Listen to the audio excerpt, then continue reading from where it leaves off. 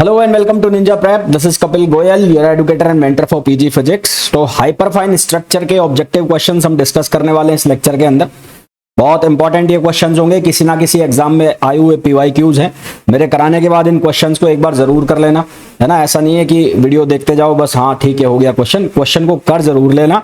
करने से क्या होगा, थोड़ा बहुत मेमोरी में बैठ जाएगा, कुछ याद हो जाएंगी चीजें। तो चलिए स्टार्ट करते हैं। पहला जो क्वेश्चन है उसके अंदर बोला गया है hyperfine structure of hydrogen. Hydrogen की जो हाइपरफाइन स्ट्रक्चर है, संरचना है, वो किस कारण से उत्पन्न होती है। पहला ऑप्शन है एलएस कपलिंग की वजह से, दूसरा है न्यूक्लियर स्पिन की वजह से, तीसरा है जेजे कपलिंग की वजह से और चौथा है फाइनाइट न्यूक्लियर साइज। तो दो कारण होते हैं हाइपरफाइन स्ट्रक्चर के। तो there are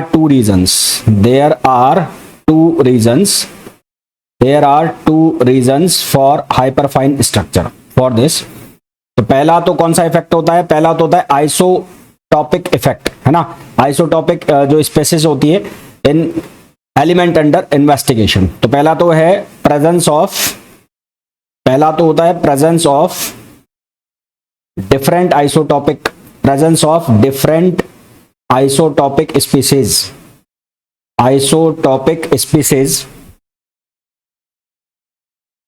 under the isotopic species element under investigation. एक कारण तो हो गया ये। दूसरा जो कारण होता है वो क्या होता है, जो इंटरेक्शन होता है न्यूक्लियर स्पिन का, है ना। Due to the interaction of nuclear spin with the total angular momentum. दूसरा है due to interaction of nuclear spin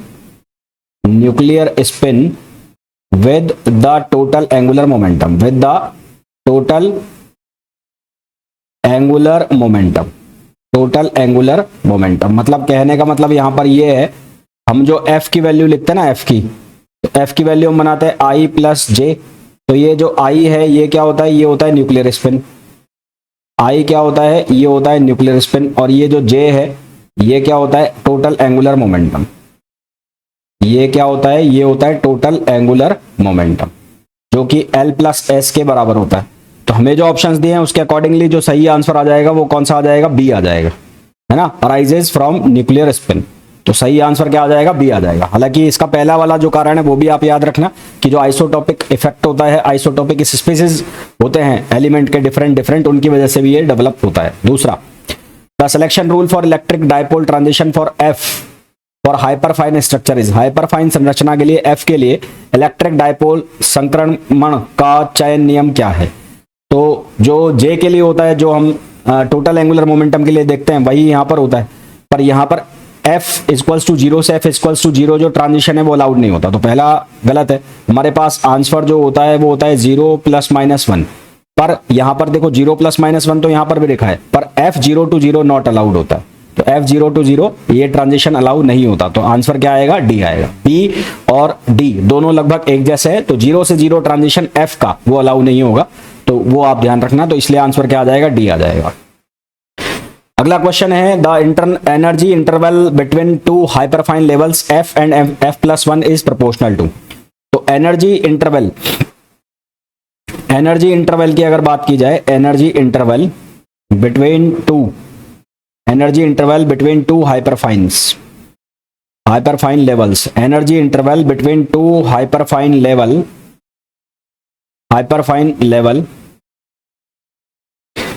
तो दो hyperfine level f and f plus 1, तो इन दो के बीच में अगर हमें निकालना है एनर्जी इंटरवल, तो उसके लिए हम यूज करते हैं लैंडेज इंटरवल रूल, है ना। तो उसके लिए हम यूज करते हैं लैंडेज इंटरवल रूल।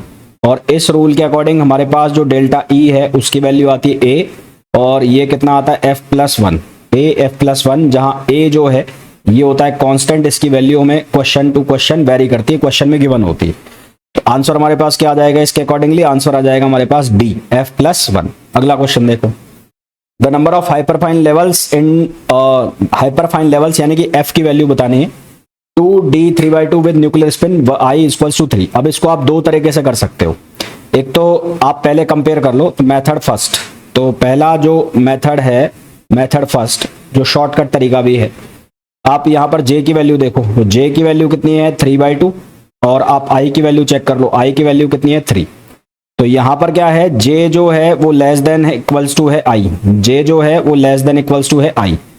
तो आप डायरेक्ट फॉर्मूला यूज कर लो, तो नंबर ऑफ लेवल्स, तो यहाँ पर आप डायरेक्ट फॉर्मूला यूज कर लो नंबर ऑफ लेवल्स का, तो वो क्या लिखा जाएगा, वो लिखा जाएगा 2j+1, यानी कि दोनों में से जो मिनिमम है वो आपको लेना होता है। तो ये हो गया 2, यहाँ आ जाएगा 3/2+1, तो आंसर आ जाएगा आपके पास 4। एक तो ये सीधा सीधा तरीका है, दोनों में से जो कम होगा उसको आपको 2 मल्टीप्लाई करके फिर +1 करना है। दूसरा तरीका है कि आप ये वैल्यू निकालो। तो सेकेंड मेथड जो है, जो कन्वेंशनल मेथड है, उसमें आपको क्या करना है, आपको j की वैल्यू लिख लो, j की वैल्यू कितनी है 3/2, और i की वैल्यू कितनी लिख लो 3, यहाँ गिवन है। उसके बाद f की जो वैल्यू होती है वो j+i से लेकर, ये मॉड है इसका, ये कहाँ तक होती है, j-i तक होती है। तो j की वैल्यू कितनी हो गई 3/2 और +3, और ये कहाँ तक जा रही है, ये जा रही है 3/2 और -3। तो इसको जब सिंप्लीफाई करोगे तो 3 दूनी 6 और 3 9, तो ये जाएगा 9/2, और यहाँ से 3 दूनी 6 -3, तो 6 - 3 कितना हो गया, ये 3, तो 3/2, तो ये जाएगा 9/2 to 3/2। तो 9/2 से 3/2 के बीच में कितना आ जाएगा, 7 आ जाएगा, 5 आ जाएगा, तो ये आ जाएगा 9/2, एक आ जाएगा 7/2, 7/2, 9/2, एक आ जाएगा कितना 7/2, फिर एक आ जाएगा कितना 5/2, और एक आ जाएगा कितना 3/2। तो टोटल आप काउंट करोगे तो यहाँ पर भी 4 हो रहा है, यहाँ पर भी 4 हो रहा है। अब जो आपको अच्छा लगे वैसे कर लो, ये जब हम बड़े क्वेश्चंस करते हैं वहां पर हमारे काम आता है, तो ये भी आपको आना चाहिए, और ऐसे छोटे छोटे क्वेश्चन डायरेक्ट आप यहां से सॉल्व कर सकते हो। अगला क्वेश्चन देखो, अगला क्वेश्चन है the value of GF factor for the 2D 3/2 with nuclear spin I = 3 for F = 7/2। GF की वैल्यू निकाल ली है। तो GF जो है उसकी वैल्यू होती है GJ, जो लैंडेज फैक्टर होता है, जो हम पहले देख चुके हैं। यहाँ आ जाएगा F+1 प्लस ये हो जाएगा J+1, ये हो जाएगा -I+1, और अपॉन यहाँ पर हो जाएगा ये हो जाएगा 2F और F+1। F की वैल्यू हमारे पास है, J की वैल्यू हमारे पास है, और I की वैल्यू हमारे पास है, हमें वैल्यू निकालनी है GJ।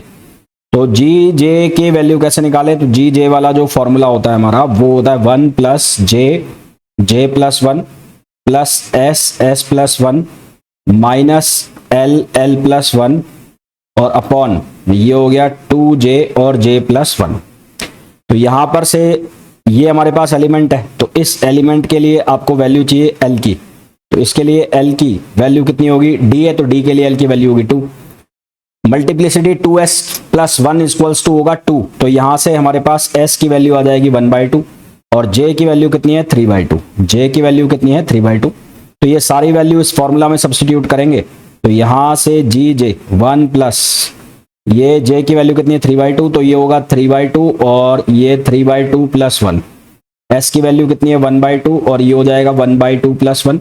L की वैल्यू कितनी है 2, तो ये हो जाएगा 2 + 1, और अपॉन ये अगेन 2J की वैल्यू कितनी है 3/2, और ये हो जाएगा 3/2 + 1। इसको जब हम सॉल्व करेंगे तो GJ की वैल्यू हमारे पास आ जाएगी 4/5।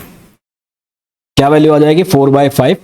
अब ये वैल्यू हमें यहाँ सब्स्टिट्यूट करनी है, तो यहाँ सब्स्टिट्यूट करोगे तो 4/5 तो ये आ गया। अब यहाँ पर वैल्यू सब्स्टिट्यूट करो, F की वैल्यू कितनी है 7/2, तो ये 7/2, और ये हो गया 7/2 + 1।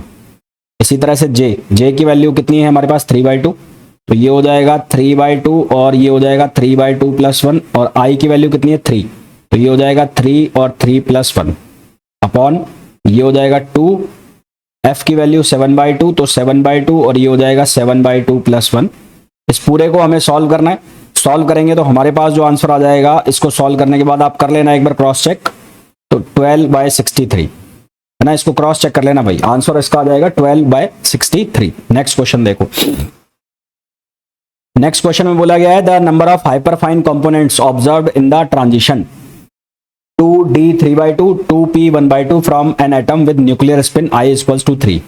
ये अपर लेवल हो गया, ये लोअर लेवल हो गया। तो अपर लेवल के लिए निकाल लो पहले, तो अपर लेवल के लिए आपको किसकी वैल्यू चाहिए, J की वैल्यू। तो J की वैल्यू हो गई 3/2, और I की जो वैल्यू है वो कितनी है 3।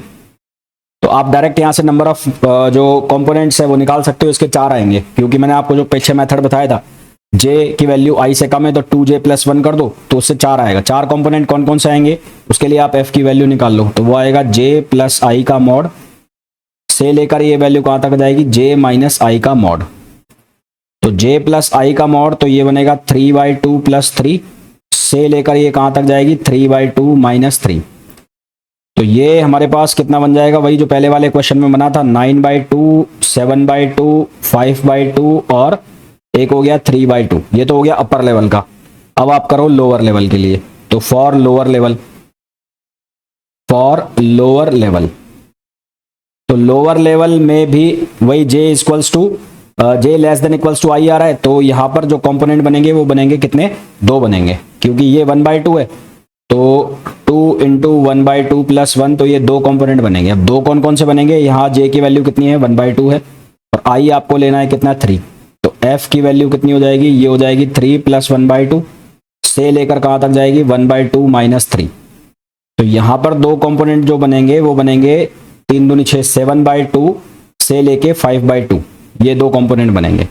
अब आपको सिलेक्शन रूल यूज करना है, तो सिलेक्शन रूल जब आप लगाओगे तो सिलेक्शन रूल के अकॉर्डिंगली डेल्टा f की वैल्यू 0 और प्लस माइनस 1 ये होनी चाहिए। तो अपर लेवल में लिखी हुई है कौन कौन सी 9/2 7/2 5/2 और 3/2, और लोअर लेवल में कौन सी लिखी है 7/2 और 5/2। तो अब देखो यहां से यहां करोगे तो 0, यहां से यहां करोगे तो 0, यहां से यहां करोगे तो +1 और यहां से यहां करोगे तो +1, ये हो गया ट्रांजिशन।